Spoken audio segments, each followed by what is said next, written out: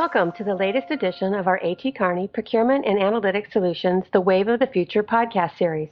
I'm Teresa Dale, and I'm joined today by Patrick Hoffmann and Scott Gillespie. By way of introduction, I'd like to provide a little background on our speakers.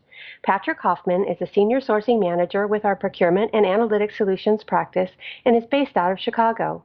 He has over 10 years of consulting experience covering a range of areas from consumer packaged goods to travel and transportation.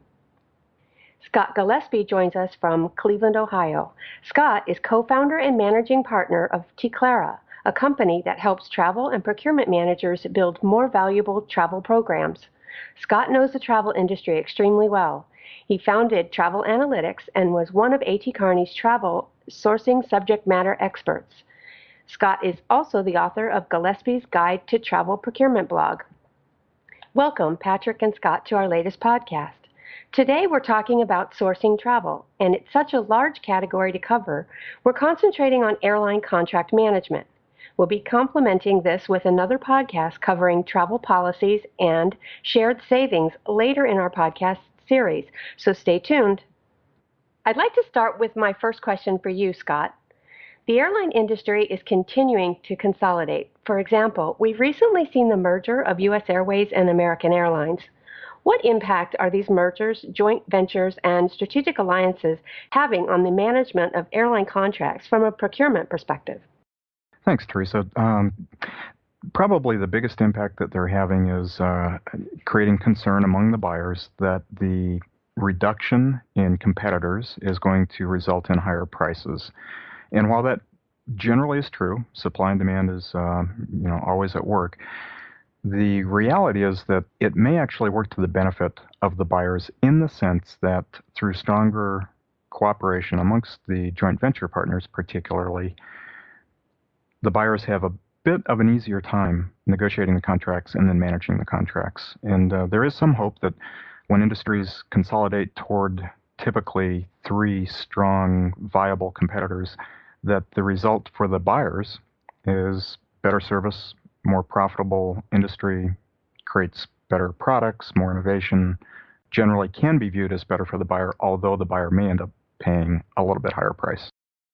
I've read recently that airline profits are up, but the profits are coming mostly from ancillary fees rather than the actual airfares. So travelers are now having to pay for things that used to be free, such as checking in baggage. So Scott, what are the challenges of dealing with ancillary fees? Should they be incorporated into the negotiations process? Without a doubt, I'm sure all buyers would love to include the amount of money they're spending on these ancillary fees. But the reality is it's really hard to do that from a contracting perspective. One is because even the airlines don't know how much a corporate set of travelers may be buying baggage fees or onboard preferred seating or lounge passes, any of these things that have been unbundled lately. So it makes it really difficult to get credible data brought to the table. So that's the first difficulty. Second is that the airlines are really resistant to the idea of discounting any of those ancillary fees. They're holding pretty firm on that line, and I think it's going to be very hard for most any buyer to really challenge them to bring those prices down. And so, Patrick, I understand you have a success story to share with us? Well, Teresa, there's currently only one success example in the industry to share. Roughly 2 years ago, with airlines having aggressively implemented ancillary fees to help restore profitability, Oracle actually started having some serious conversations with their company contracted airlines on about how to obtain proper reporting and receive some credit for such expenses. But to Scott's point earlier, it's extremely difficult to really track the data and to really start the conversations with the carriers. The key is to collaborate with carriers towards creating transparency, making them understand what data is needed, and then also working with other companies that provide other data sources, maybe such as credit card companies, to really get a better understanding on how much is spent on ancillary fees, to basically try to get the transparency and to potentially include it into the negotiations with the airlines. But airlines, on the other side, don't really have a model built for that either yet. But the demand is there, and travel groups are pushing to gain further visibility. So overall, I wouldn't be surprised if more companies, especially the ones with really large spend, will further push in this direction to gain a similar benefit as the example of Oracle. Thank you, Patrick. And just another question for you. Turning to fixed fares, what role do these play in negotiations, and how widespread are they, and are they on the increase? We don't really see them playing a strong part in negotiations with most of the legacy carriers, Teresa.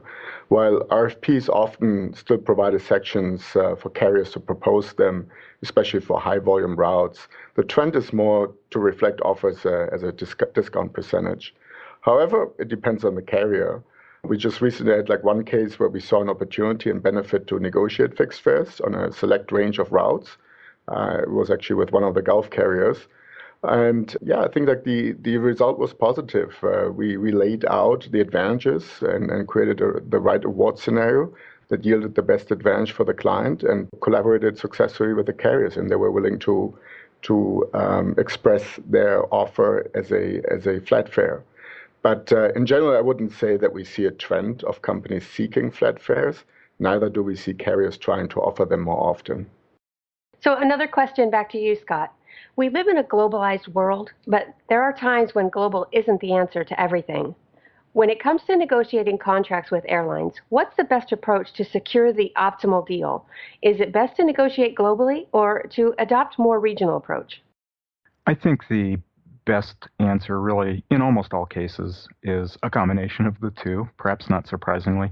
Certainly for most American companies that have early experience in this area, if they take the typical American approach of dictating terms in terms of how the RFP is going to be managed and how the negotiations are going to be conducted and whose data is going to be used and who's going to make the decisions, it's a pretty good prescription for a poor outcome. On the other hand, you can't have a lot of very decentralized deals being papered over, not in today's more sophisticated procurement environment. So I think a really good model that companies have successfully used is to reach out to the local contacts, the local buyer representative from the company, and understand the strength of his or her relationship with the local salesperson from typically the local or national carrier, and make sure that those views are considered and taken into account, and that there has to be an agreement throughout the buying organization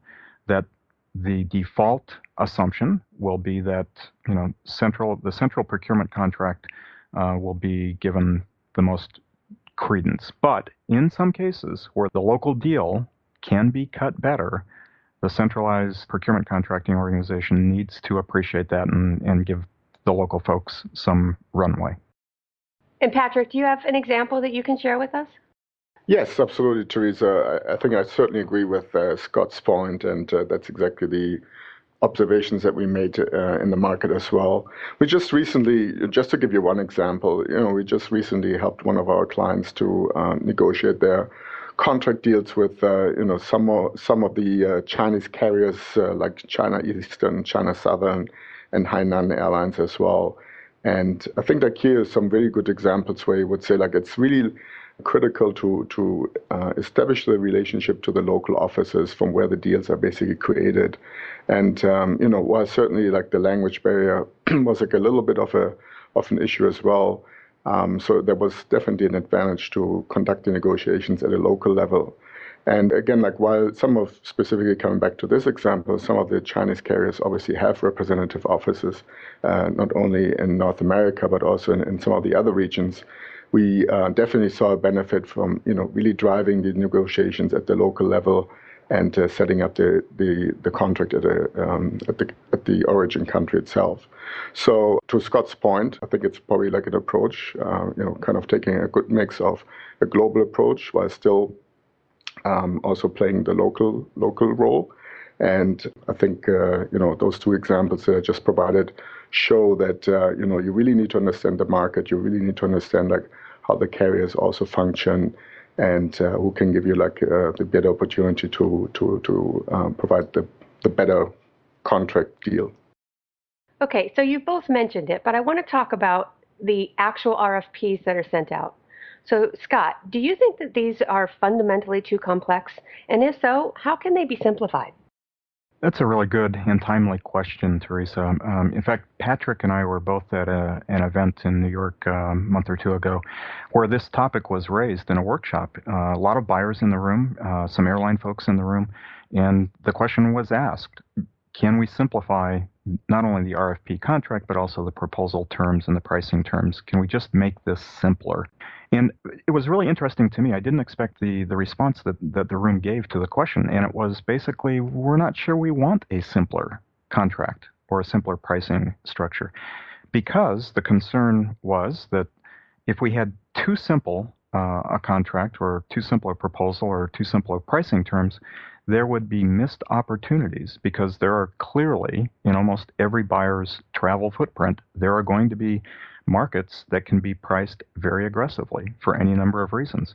And there's some fear that without the ability to customize pricing to these particular markets, that the buyers would be shortchanged. So I think that, yes, they're complex, and generally we don't like complexity, but I think it serves both the buyers and the sellers pretty well. So if I were to vote on this today, I'd say I think we need the complexity as much as we may dislike it.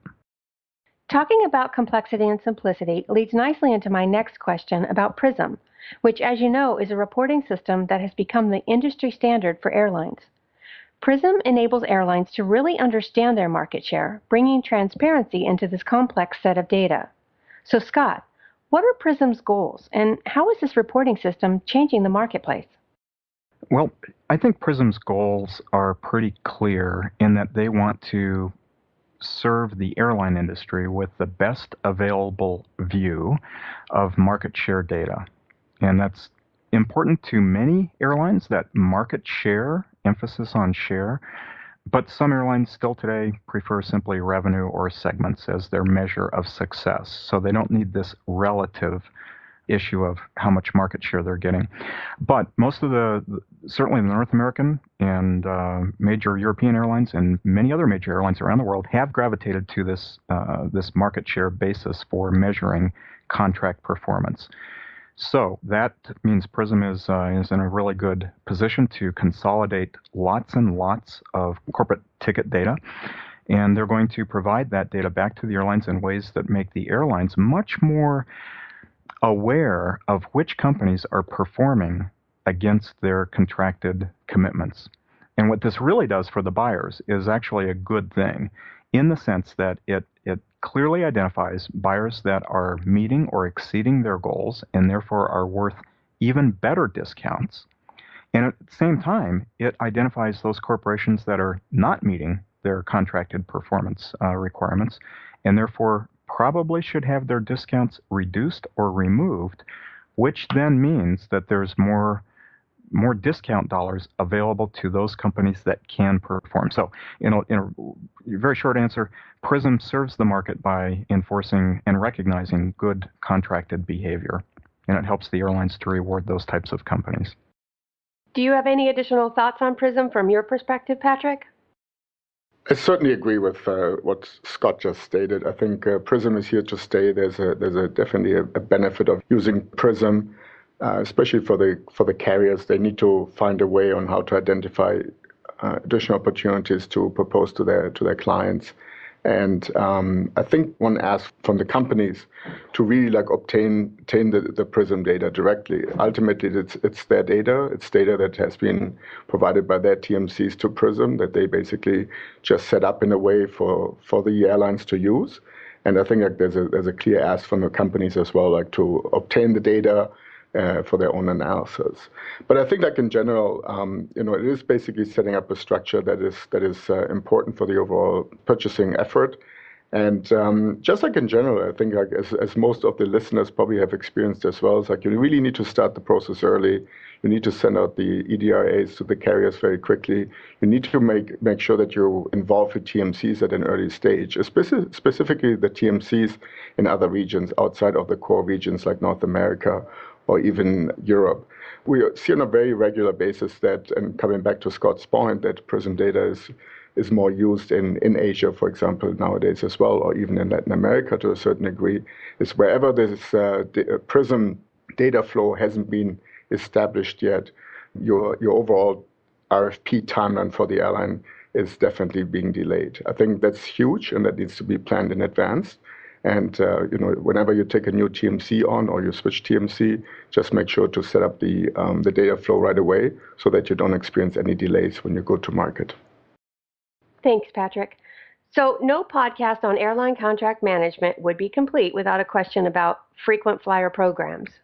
So, Scott, I'd like to ask you your thoughts on these programs. Do you think that they make any difference to travel programs and airline negotiations? Thanks, Teresa. I think the issue is not yet clear from a fact or evidence point of view, but I know that many travel managers are concerned that the new emphasis by the airlines in terms of how they're structuring their frequent flyer programs may lead travelers to want to book more expensive fares. When you look at the thresholds, though, inside these programs, kind of the minimum thresholds, it doesn't strike me that it's going to have a big consequence on most corporate travel programs. So I think generally we can expect to be relaxed about this, but I do understand why corporate travel managers may be concerned about the alignment that the airlines are creating between frequent flyer programs and purchasing more expensive fares. But overall, I don't think it's going to be a major issue. So before we close, Patrick, do you have any final or closing thoughts that you'd like to share?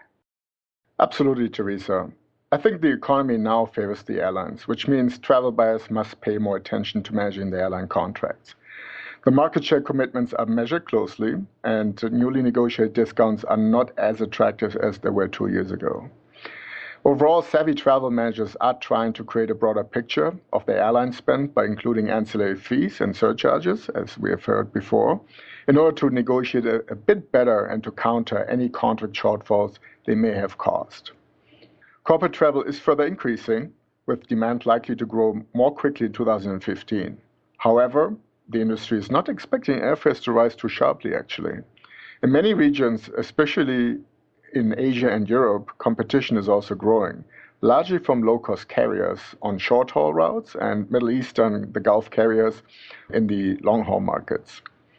The US markets, on the other side, is one major exception in this regard.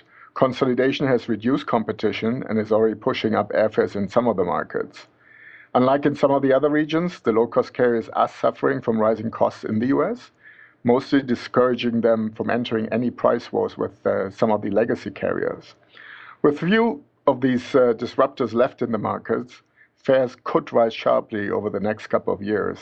However, even in the US, airlines fear damaging demand with excessively high airfare increases, possibly risking the record profits they're already making at this current time. US buyers will need to use even more detailed data than in the past to identify opportunities in negotiations and when going through the contract performance reviews. The buyer should be able to achieve discounts as long as they make sure to engage with their travelers about booking smarter. Thank you very much for that. Thank you both, too, for joining today. This has been a very interesting podcast, and I just want to remind everyone again that this is the first of 2 podcasts covering the travel category. Stay tuned for our next travel podcast when Scott and Patrick will be back to discuss modern travel management. On that note, I'd like to thank Patrick Hoffmann and Scott Gillespie for being my guests today. I'd also like to thank our production engineer, Tom Klein. Thank you for listening to this edition of The Wave of the Future. If you have any comments on this podcast or have suggestions for podcast topics, please share your thoughts via Twitter. Our Twitter handle is @ATKPAS. This has been an A.T. Kearney Procurement and Analytics Solutions podcast production. Join us again soon for our next Wave of the Future podcast.